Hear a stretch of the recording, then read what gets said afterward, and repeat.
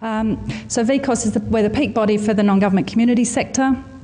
Most of our members are organisations that are themselves delivering services, programs, housing, homelessness, community information, all sorts of different services out across our community.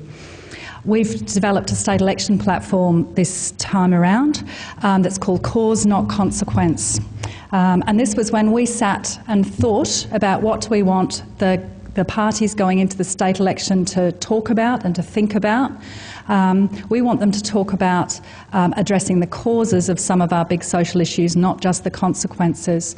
Governments, to a greater or lesser extent, are effective at dealing with things when they're hitting you in the face. They're good at or not, but they basically big focus on bringing more or less ambulances to the bottom of the cliff. What we really need to see is a lot more fences at the top. What we need to see is intervention to avert a whole range of issues before it gets to a major problem. We've got big issues in the community that we're thinking about, such as the impact of climate change, big conversations about the decline in housing affordability, and the issues around, certainly in Melbourne, that we talk about a lot, which is issues of congestion and that people having to travel too far. Hands up everyone here who has to travel more than 30 minutes to come to work in the city. And do either of you have to travel more than an hour? Yes, so just in this small group, we've got a sample there of people who have to travel a long way to get to work, and that's because most of our jobs are I'll leave that one. Most of our jobs are here in the centre of Melbourne, but where people are living is increasingly on the fringes of Melbourne. So what I'm particularly interested in thinking about today is lots of talk about livability. How is livability on the fringes of Melbourne at the moment? What are some of the issues? We've got very fast population growth. When you look at this graphic, it's really showing travel time to work, that the centre of the city, lots of people can get to their jobs within 30 minutes. On the outskirts, and particularly where those dotted circles are, that's where increasingly people are going to be living, and they're having to travel a really long way to get where they need to go. So we have a whole range of member organisations that are delivering services around the fringes of Melbourne, and we've been asking them, how are things going? How's the livability on the fringes of Melbourne? So speaking to one of our member CEOs based in the northern fringe, so that circle up, the dotted circle at the top of the little graph there, they've seen a doubling of demand for people seeking financial counselling in the last 12 months. They've seen a big increase in people with unmanageable credit card debt. People are using credit cards to pay things like mortgages and day-to-day living costs. So, and of course, with the interest rates on credit cards, you quickly can unravel. We've got a significant increase in the number of referrals that relate to seeking bankruptcy information and options. We've seen a big spike in demand for family violence services, a massive increase in referrals to men's behaviour change programs, and an alarming increase in the number of women seeking shelter from violence. That's in the northern suburbs. The basic story is that people really have held it together during the very much publicised global financial crisis, but what we seem to be seeing now is family budgets and family life is unravelling since the GFC. Same story in the outer eastern suburbs, the southeast, down in Casey, which is that right-hand dotted circle. What we're hearing from organisations in Casey, emergency relief vouchers gone within 2 hours of opening the door of the office. Big increase in emergency relief and financial counselling demand, up 25-30%, which is, for organisations that have been around for many years, this is a very big and very statistically unusual spike. And the level of housing stress, the general conversation is around the cost of living in the inner city. We all know that it's very expensive to buy, it's very expensive to rent in the inner city, but we might not be as aware that many people, particularly on low incomes in the outer reaches of the city, are paying up to 80% of their total income on rent or housing costs, and that's both mortgage and rent. And one of our members told us they had a client come to them last week for emergency relief. Emergency relief is basically to get a food parcel or direct cash to pay emergency bills.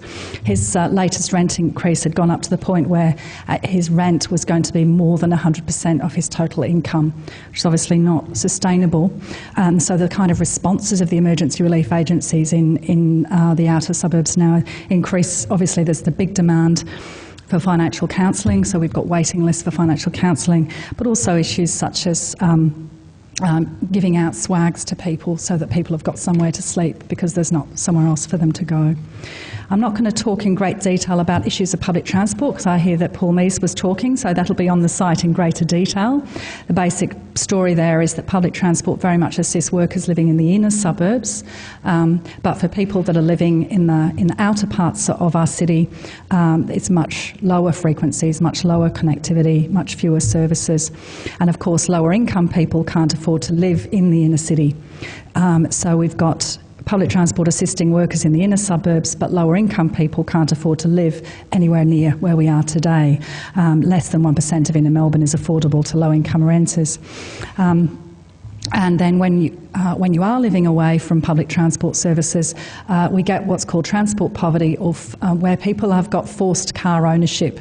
So it's not that you choose to run 2 or 3 cars, it's the fact that that's the only way that a household can get along. If you've got adult children living at home, we have, we hear stories of, a household where you've got 5 cars in the household with a significant proportion of total household income being used to run all those cars. And that's because I think sometimes the story is not told that good public transport systems really protect low-income households, and good public transport really takes the pressure off the transport and particularly car running costs. So for VCOS, what are we calling for? Well, we've got our state election platform. We always have a very large list of things that we want state government to act upon.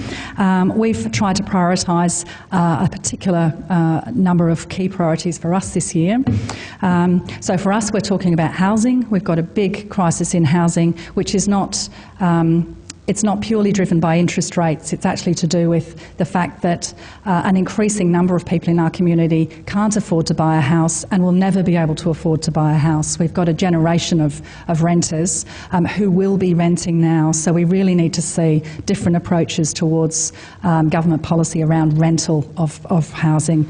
Currently it's about 24% of households, but it's, potentially it's going to be an ongoing and increasing percentage given the affordability. And given that our member was telling us this morning about the level of mortgage foreclosures, Casey is the number 1 on the league table for mortgage foreclosures. So you've got a really sad cycle which is starting to unfold of people moving in. Within 2 years of a suburb being developed, we're seeing people from those same homes coming in to seek emergency relief, financial counselling, and then we've got this increase in mortgage foreclosure and needing advice around how to deal with those issues. So people have got a really significant millstone of debt that they're carrying.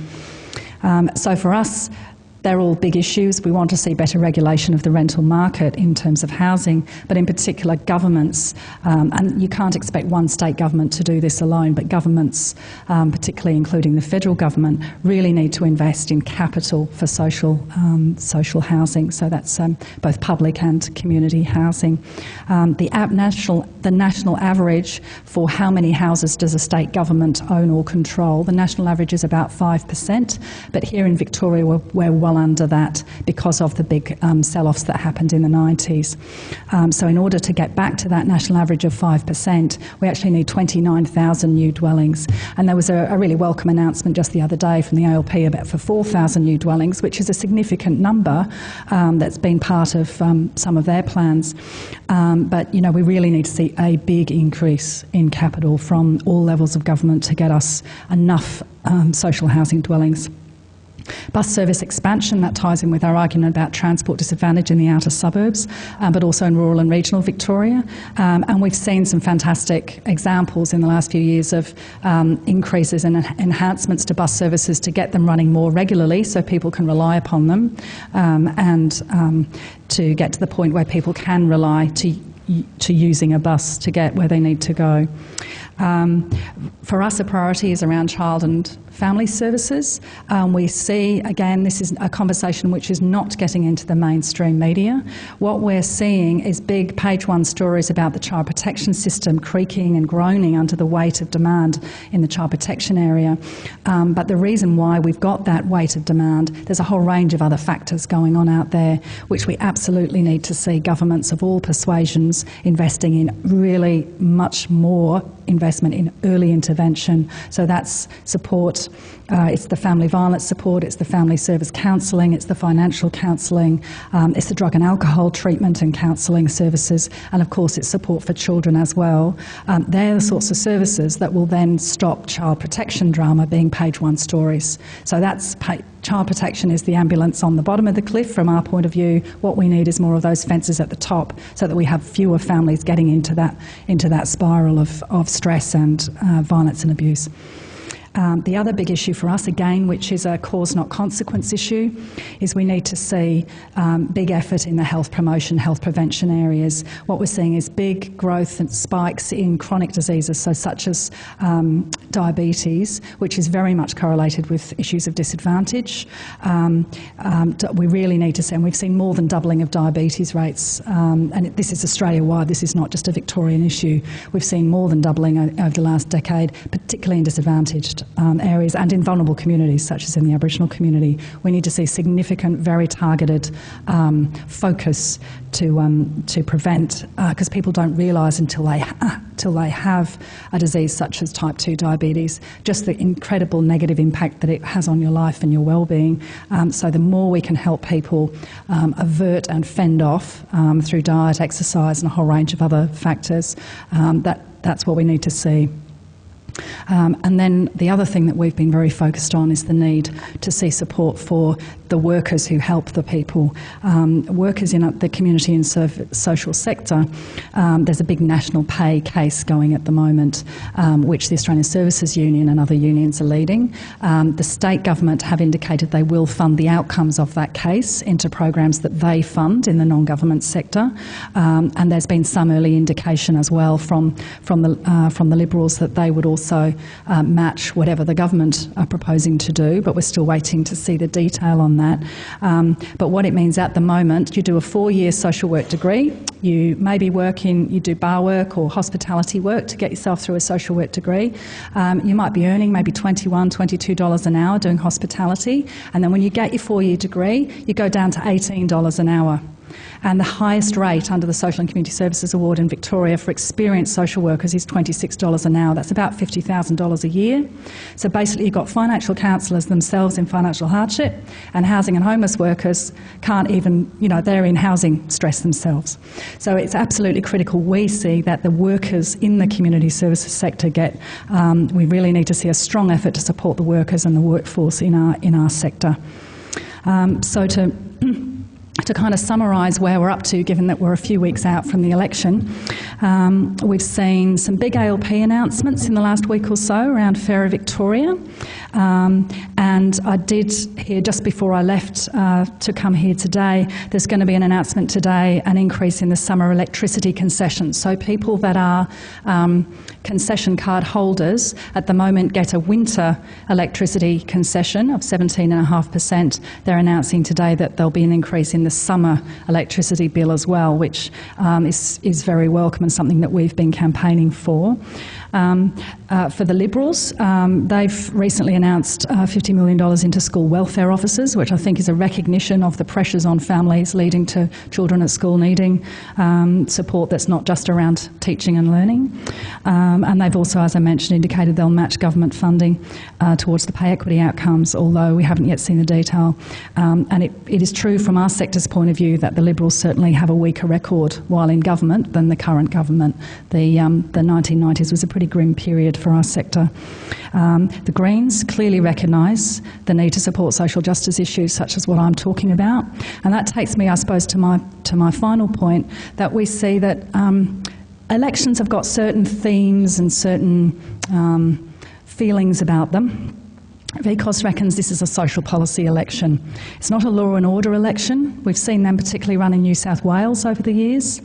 And it's also not a recession election, such as what we saw here in the early 90s. We think that it's a social policy election, and that therefore what people really need to be thinking about is they do need to be looking at all of those party policies, but we're asking people to vote for fairness first. And anyone that wants to see what we think about the different policies as they come out, they can have a look at our, we're putting out a blog on the VCOS website. We're trying to, I'm not sure we're quite emulating the right of centre in the AV capabilities, but we're really trying very hard. So we're updating a blog, we're inviting guest bloggers, and certainly response on our blog for our election commentary, and we're putting out regular media releases and analysis around the different party commitments. So I'd invite you to have a look at our website, www.vcos.org.au, and yeah, please, when you vote on the 27th of November, please put fairness first. Thank you.